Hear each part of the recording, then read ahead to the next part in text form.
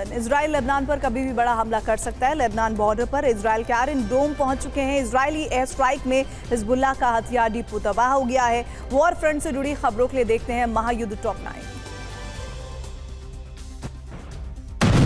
Israel कभी भी Lebanon के ऊपर बड़ा हमला कर सकता है। इजराइल की धमकी के बाद हिजबुल्लाह ने कई ठिकानों को छोड़ दिया है। हिजबुल्लाह ने दक्षिण और पूर्व लेबनान में कई बेस खाली कर दिए हैं। हिजबुल्लाह अब नए इलाकों में अपना बेस बना रहा है।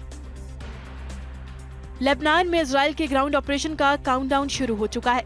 इजरायली डिफेंस फोर्सेस का Merkava tank south Lebanon border पहुंच गया है। इजराइल की लेबनान को भीषण जवाब देने की तैयारी है।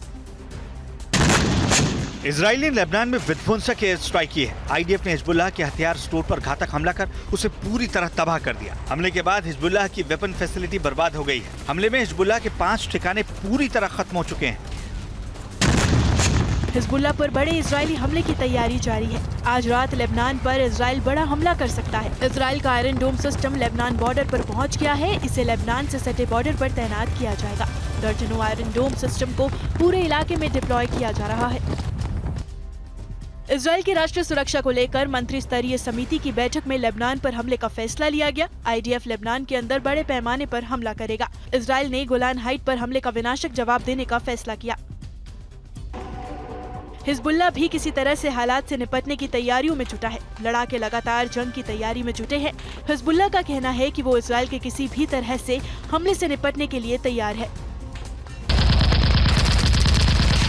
इजरायली सेना के हमले को लेकर लेबनान में हाई अलर्ट घोषित कर दिया गया है। इजरायली कार्रवाई में दक्षिण लेबनान में हमले में 2 की मौत हो गई। हमले की वजह से साउथ ईस्ट लेबनान में कई इलाकों को लोग खाली कर रहे हैं। भारत ने लेबनान में नागरिकों को सावधानी बरतने और वहां से यात्रा करने से बचने की एडवाइजरी जारी की।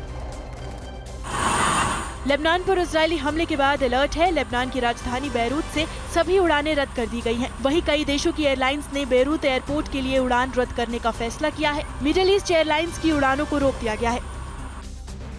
इस बीच लेबनान के विदेश मंत्री अब्दुल्ला बो हबीब ने इजराइल के कब्जे वाले गोलान हाइट्स के ड्रूज शहर पर हुए हमले की जांच की मांग की है। हमले में 12 लोगों की जान गई थी। हबीब ने कहा कि मस्जिद शम्स पर हमले में इजराइल की गलती होगी।